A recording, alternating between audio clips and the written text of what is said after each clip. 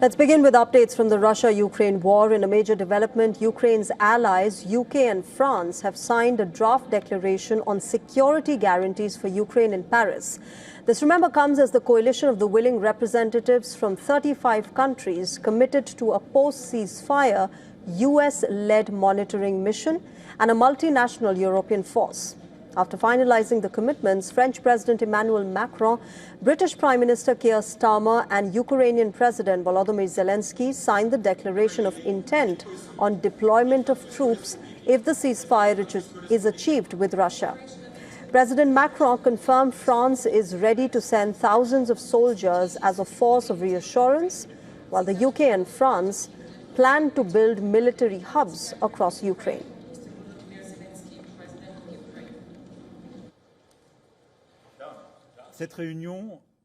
This declaration by the coalition of the willing marks for the first time that operational convergence has been achieved among the 35 member states of the coalition, including Ukraine and the United States of America, in building robust security guarantees.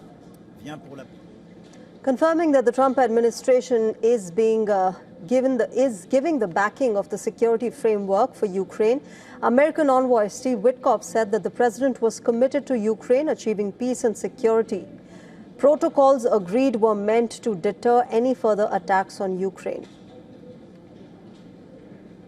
Security protocols are meant to, A, deter any attacks, any further attacks in Ukraine, and B, if there are any attacks, they're meant to defend, and they will do both.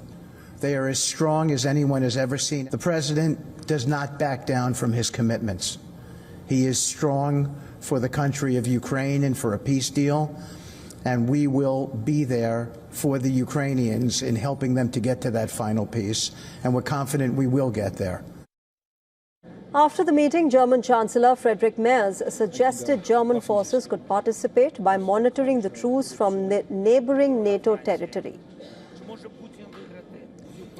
It can also be right to do both, to station troops in Ukraine. These are primarily the Ukrainian troops that need to be strengthened and supported, but also to station additional troops in neighboring states to Ukraine, which can be deployed in the event of renewed Russian aggression.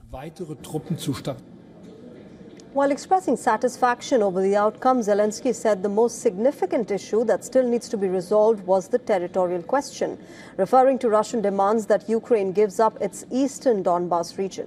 Currently, remember, 20% of Ukrainian territory is held by Russia.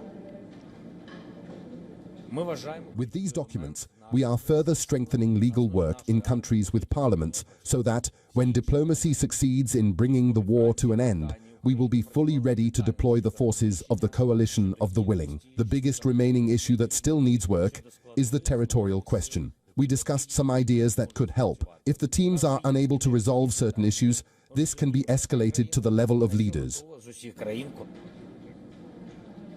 As Russia's war in Ukraine nears its 5th year, residents of the small city of Tver describe a society weighed down by tension. While some say there's a lot of pressure all around them, others claim the main inconvenience is the recurring internet outages and disruptions caused by jamming operations against increasingly frequent Ukrainian drone attacks. Everything has changed since the war has begun. Communication devices, yes, they jam signals. They jam the internet and communication signals. It's not just in Tver, it's all over Russia, wherever military units and divisions are based. And there are conscripts and contract soldiers in those divisions and so on. It's all for our safety, what can I say?